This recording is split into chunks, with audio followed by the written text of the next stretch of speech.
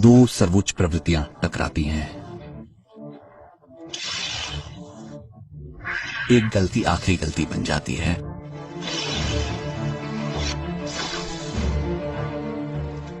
सर्प चक्कर लगाता है, कोबरा की बिजली जैसी प्रतिक्रिया को परखता है। सांप के लिए बचने का मतलब है जानलेवा इंजेक्शन।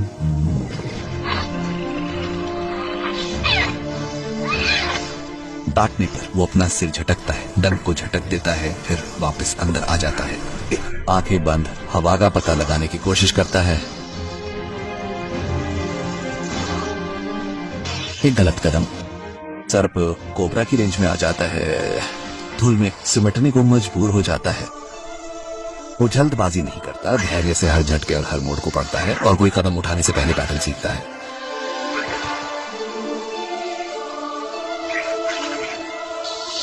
सांप तेजी से तीखा और घातक हमला करता है। सर्प बेहोश हो जाता है, दूरी का परीक्षण करता है, जबकि कोबरा उठता है, फन फैलाता है, हमला करने के लिए तैयार होता है।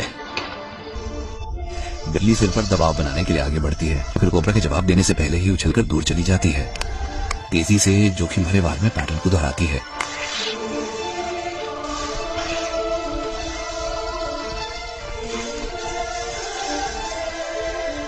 और हर बार जब सर्प पीछे हटता है या सीधा खड़ा होता है तो उसके नुकीले दांत खाली हवा में फट जाते हैं।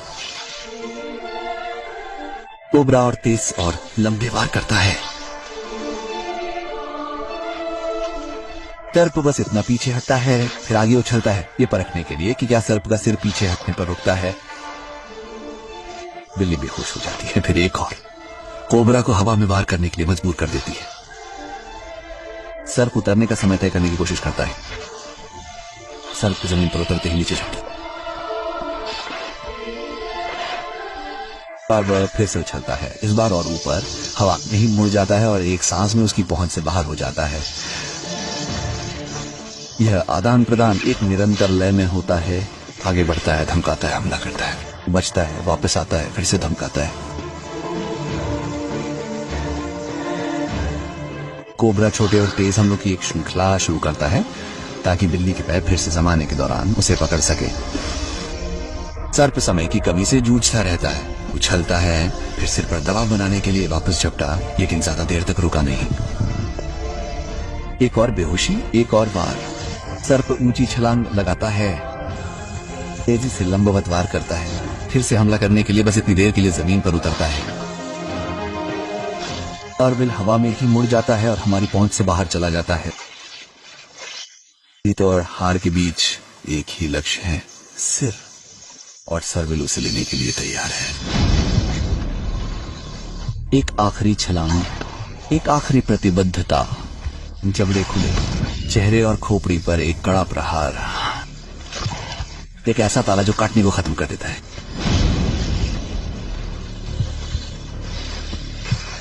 कुंडल सर्विल के पैरों से टकराते हैं, हताश और हिंसक, लेकिन सर्विल तब तक गंभीर, स्थिर और अडिग रहता है जब तक कि संघर्ष कमजोर नहीं पड़ जाता।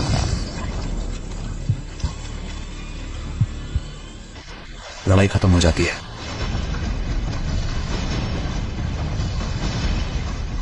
भाग्य से नहीं, हठ से भोजन मिलता है।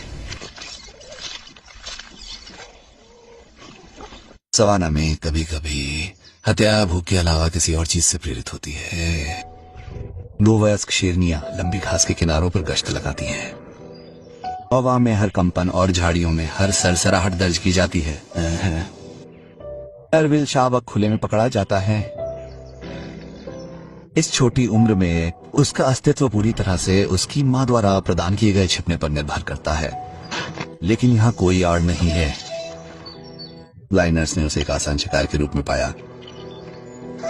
वो अपने बड़े गद्देदार पंजे से आगे बढ़ती है। शावक तुरंत दब जाता है।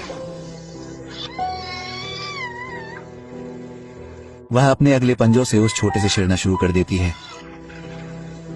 उसकी हरकतें खेल खेल में लगती हैं, लेकिन उनमें सैकड़ों पाउंड का वजन होता है।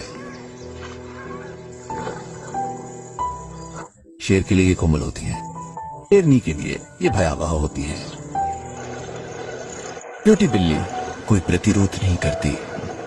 आसपास की झाड़ियों में माँ शायद देख रही होती है, लेकिन दो सबसे बड़े शिकारियों के सामने वो जैविक रूप से छिपी रहने के लिए प्रोग्राम की गई होती है। शावक की सांस धीमी होती है और फिर रुक जाती है। हालांकि शेरनी अभी भी खत्म नहीं हुई है। वो शावक के सिर को अपने मुंह में ले लेती है। जब वो उसे साफ जगह पर ले जाती है तो शरीर लंगड़ाता हुआ लहराता है। यह बिल्ली के व्यवहार का भयानक पक्ष है। शिकारी प्रवृत्ति का विस्थापन। वो एक बार फिर शरीर को उठाती है। उसके दांत नरम फर में धंस जाते हैं। यह प्रभुत्व का एक मूर्खतापूर्ण कार्य है। दिल जारी रखने के लिए आवश्यक ऊर्जा अब उचित नहीं है। वो बेजान सर्विल को धूल में गिरा देती है। शरीर वहीं पड़ा रहता है जहां वो गिरा था, बिना जला हुआ। बिल्ली घास के बीच से होकर नम जगह की ओर बढ़ती है। इसके पैर मजबूत गुच्छों पर रहते हैं, नरम मिट्टी से बचते हैं। नीली भूमि के किनारे कई तरह के छोटे जानवर खा सकते हैं।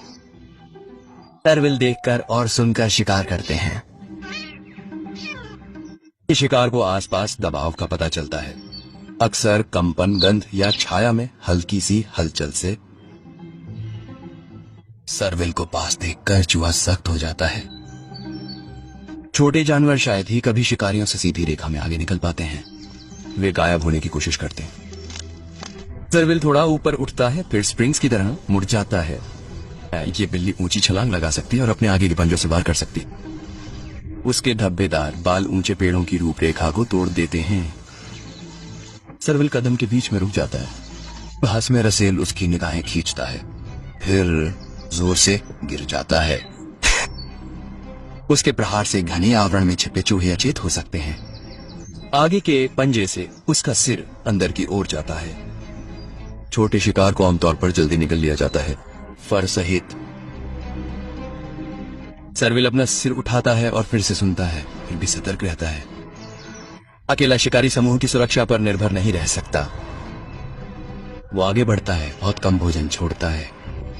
जब भोजन इतना कम होता है तो शिकारियों को कम मौके मिलते हैं। कुछ प्रजातियां लगातार यात्रा करती हैं, अन्य ऊर्जा बचाने के लिए तब तक प्रतीक्षा करती हैं जब तक परिस्थितियां बदल न जाए। हाथी चलते चलते भूमि को नया आकार देते हैं, रास्ते बनाते हैं, पेड़ों को तोड़ते हैं और दशकों से प्राप्त ज्ञान से युवा सदस्यों का मार्गदर्शन करते हैं।